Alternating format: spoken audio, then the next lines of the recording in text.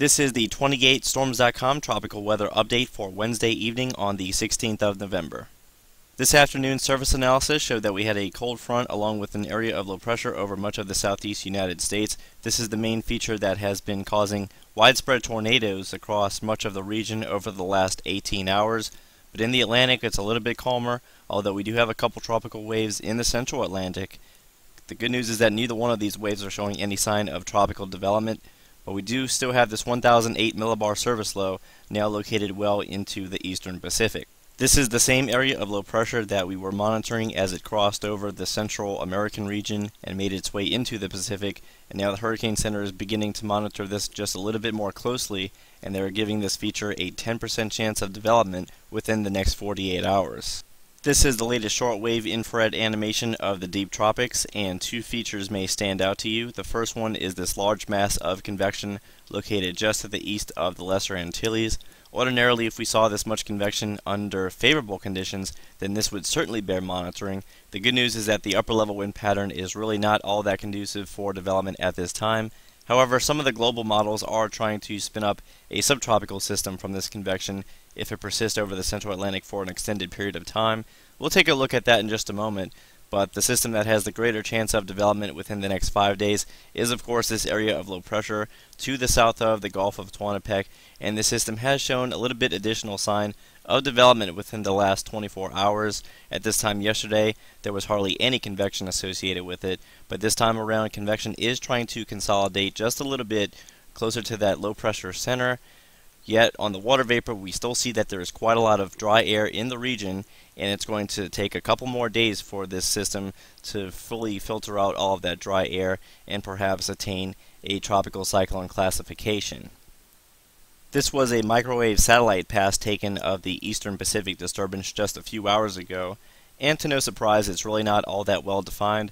However, we can make out a broad area of low pressure located right around the middle of this frame, and this feature very well could get us act together a little bit more day by day as we work our way into the latter half of the week and into the weekend. This is the latest precipitable water animation of the Eastern Pacific, and we can see that there is still quite a lot of dry air, especially near the Baja Peninsula, but we do have that strong fetch of moisture stemming from the southwest Caribbean, and toward the end of the frame you can make out that there is increasing convergence near that low pressure center, and that is going to allow for convection to become a little bit more abundant. And the latest low-level vorticity shows that the vorticity max is strengthening here, so that's just another indicator that the convergence is on the rise. And to enhance the development chances, we do have an upper-level ridge located over the far northeast Pacific. As we can see, is denoted by these dark blue colors.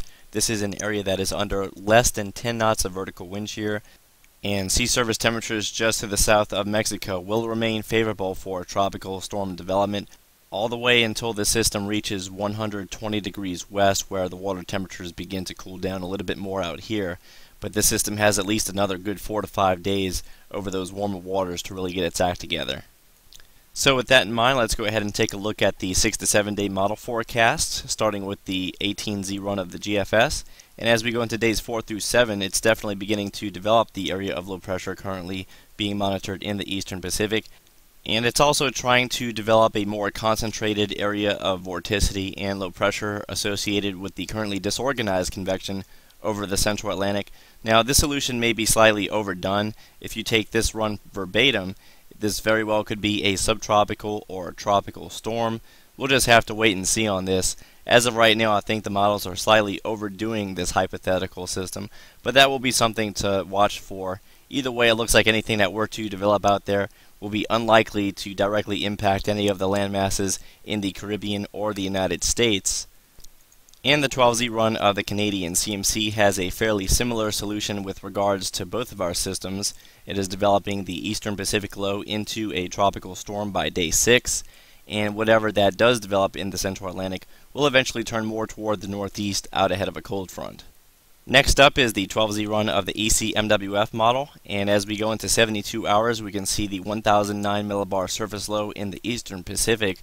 So the European model is not really showing much in the way of Eastern Pacific development within the next 48 to 72 hours, but it does have that low continuing in a general westerly direction well to the south of Mexico. By day 5 it is out of this frame, And then as we look into the rest of the tropics, we see that there's really not that much going on, and it's really not developing anything in the Central Atlantic, unlike what is being shown by the CMC and GFS models.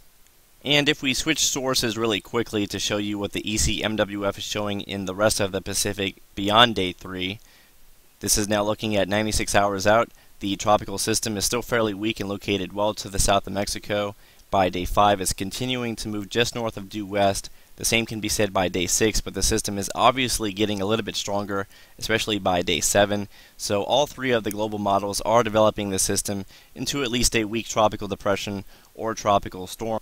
However, by day 8, it is likely going to begin rounding the western periphery of the mid-level ridge currently situated over Mexico, and that is going to likely induce some southwest vertical wind shear, in addition to moving into cooler water temperatures, as we saw on the sea surface temperature chart a few moments ago. So it is likely going to dissipate as we go into days 9 and 10 without directly impacting anyone along the coast. So, tropical depression or tropical storm formation is likely to the south of Mexico within the next week. However, it is unlikely to make a landfall anywhere along the Mexican Riviera, and elsewhere we don't see any organized tropical disturbances that look like they will pose any threat, at least for the next week. So we're getting closer to the end of hurricane season, but we will have at least one more storm form, and we'll just have to wait and see if we get any other surprises over the next couple of weeks. So thanks again for visiting 28storms.com. We will have another tropical weather video update for you here by tomorrow afternoon.